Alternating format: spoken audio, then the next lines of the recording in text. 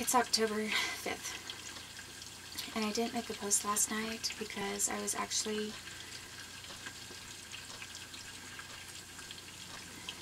in a decent mood, but not in the mood I really didn't feel like making a video post. I mean, my day was no different, really, than it had been the day before, on the 3rd, or than it was today, on the 5th, although today was a little more tumultuous.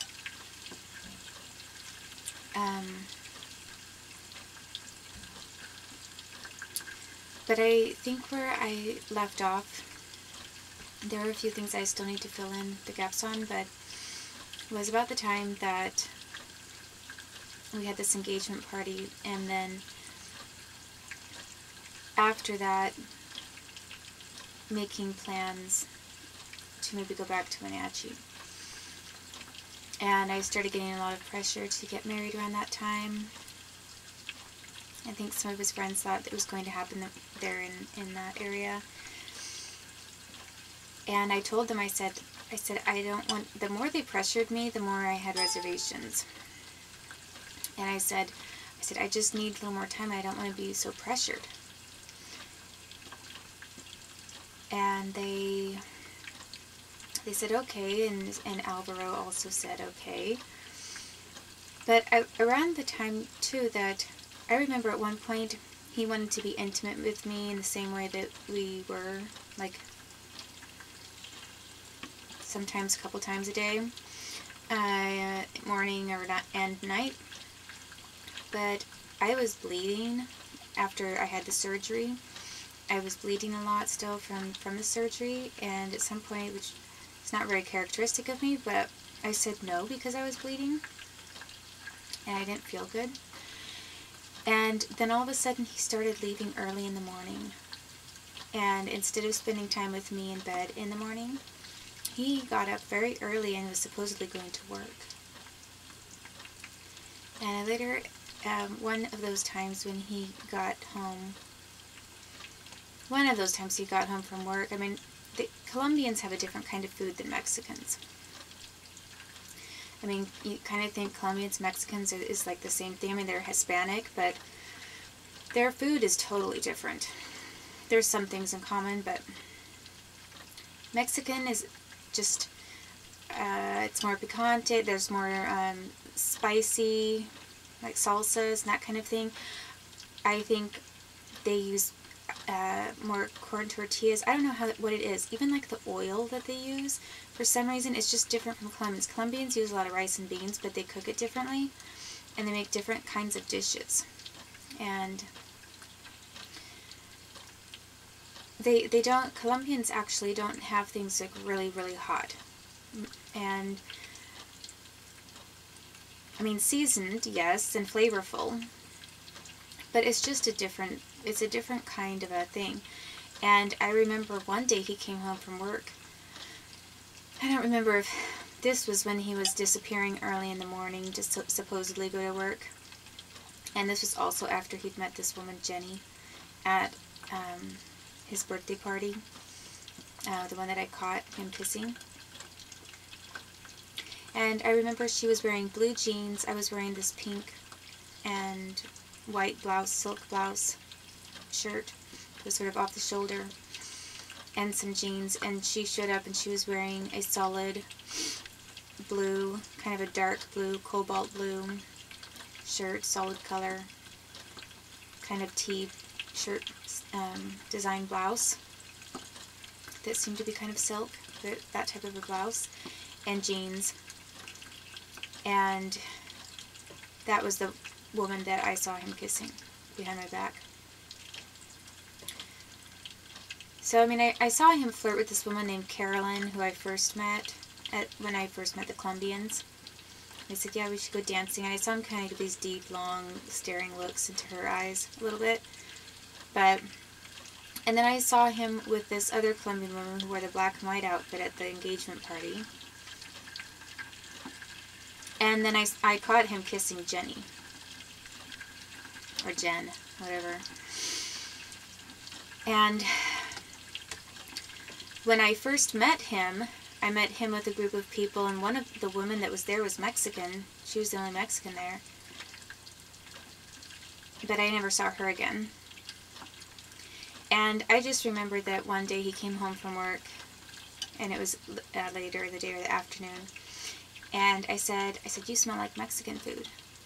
And he looked really shocked, and he kind of backed off because he acted like I'd caught him at something, and I hadn't meant it that way, but he smelled like Mexican food. He smelled like he'd been with some Mexicans and not working construction. And I asked him, I said, "So did you have Mexican food for lunch?" And he didn't want to, it was acted kind of weird. I just thought maybe he was with some woman and that's why he acted weird. But I didn't know for sure. And I think the biggest thing was when he just started disappearing. He changed his entire habit and pattern and decided that he was leaving early in the morning before I even got up. And there was another woman that I saw who lived next to his cousin's house, and she had very, very curly, kind of frizzy but curly, she's very pretty, hair, and she kind of stood outside of the door and smiled when he came by. She was Colombian. She had blonde hair, though. She was like a blonde Colombian. It was very curly. And I thought, well, if he's meeting his cousin, he could always meet his cousin and be meeting her. I mean, very conveniently. She lives on the side of the house. But I really didn't know. All I knew is that I had a pretty strong feeling that he was cheating on me in the mornings after I said I didn't feel well. So there was just, he didn't usually get up that early and leave. And he usually wanted to do something in the morning that early, and I just thought, okay, well, if he's not getting it from me, then where is he getting that? And then it was like he just wanted, even if I did show an interest, he still wanted to leave. He had something else lined up for himself at that point, I think. And then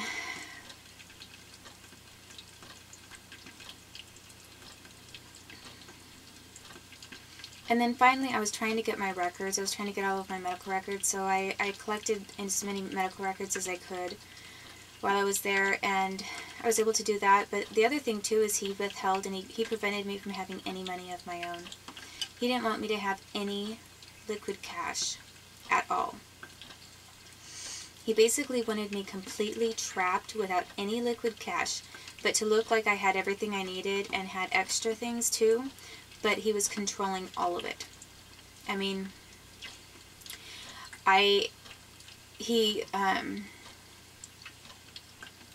if whenever I had a little bit of money, I didn't tell him about it because,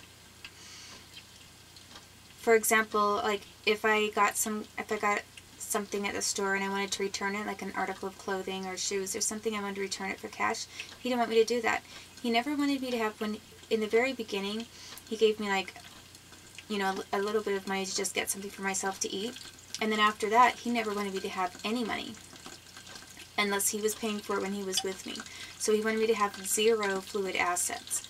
And I started feeling like a hostage in that way because I even said, and basically he was saying after we got married, things would be different. But then I kind of started feeling like it was sort of this idea of I can't have any money of my own until I'm married or unless I get married. And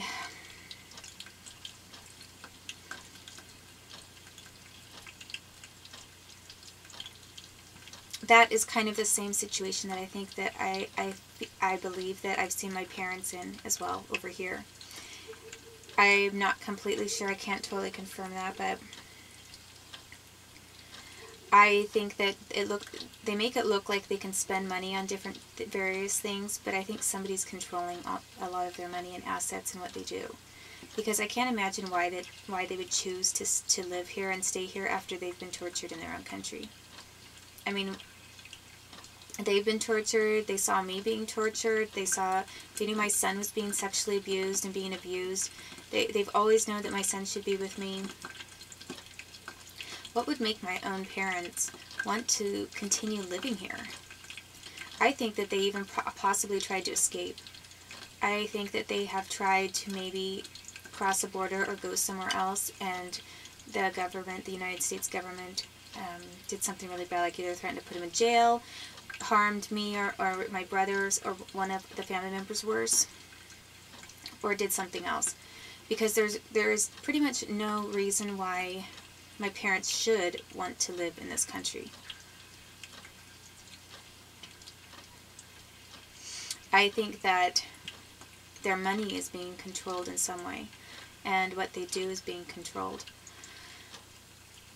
But I can't confirm it. The only thing that I can say is I've been in a position where I've had someone trying to control that aspect of things. It was the first time that I had ever been in that kind of a position. So, people think that on the outside, somebody can be in a situation where something like that is going on. On the outside, everything looks normal. You're wearing nice clothes, you live in a nice house, you're driving a car, you look like you're moving around and well enough, and everything looks fine. And then you don't realize that someone's actually controlling what you do and what you can do, and whether you have liquid cash and can make your own independent decisions or not. I mean,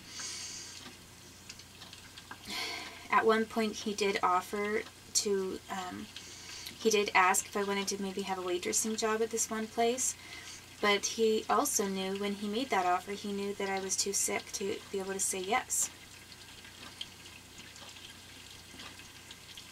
So it's kind of like, it looked like he was making an offer to allow me to work and have money of my own, but then again, not really, because he already knew that I wouldn't be able to accept that kind of an offer. So it's...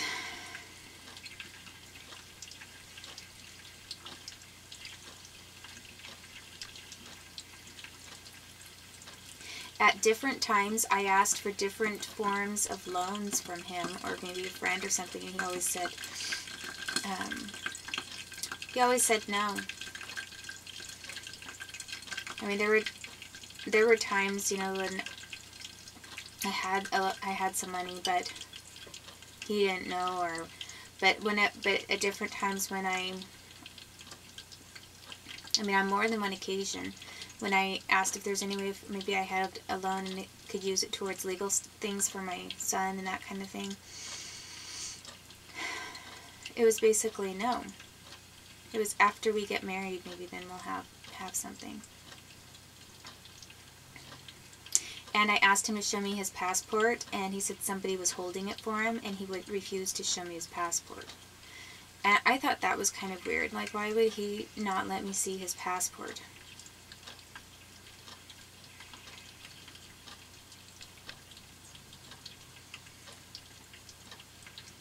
I mean, I believe he did have a passport, but I don't understand why he wasn't willing to allow me to confirm, who he was by his passport and everything. And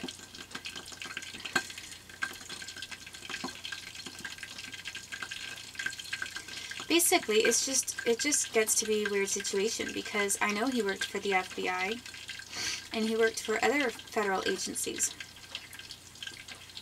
And yet this country has done these horrible things to me and my son, and then they were willing to quit just for him. I mean, obviously he was still working for the country.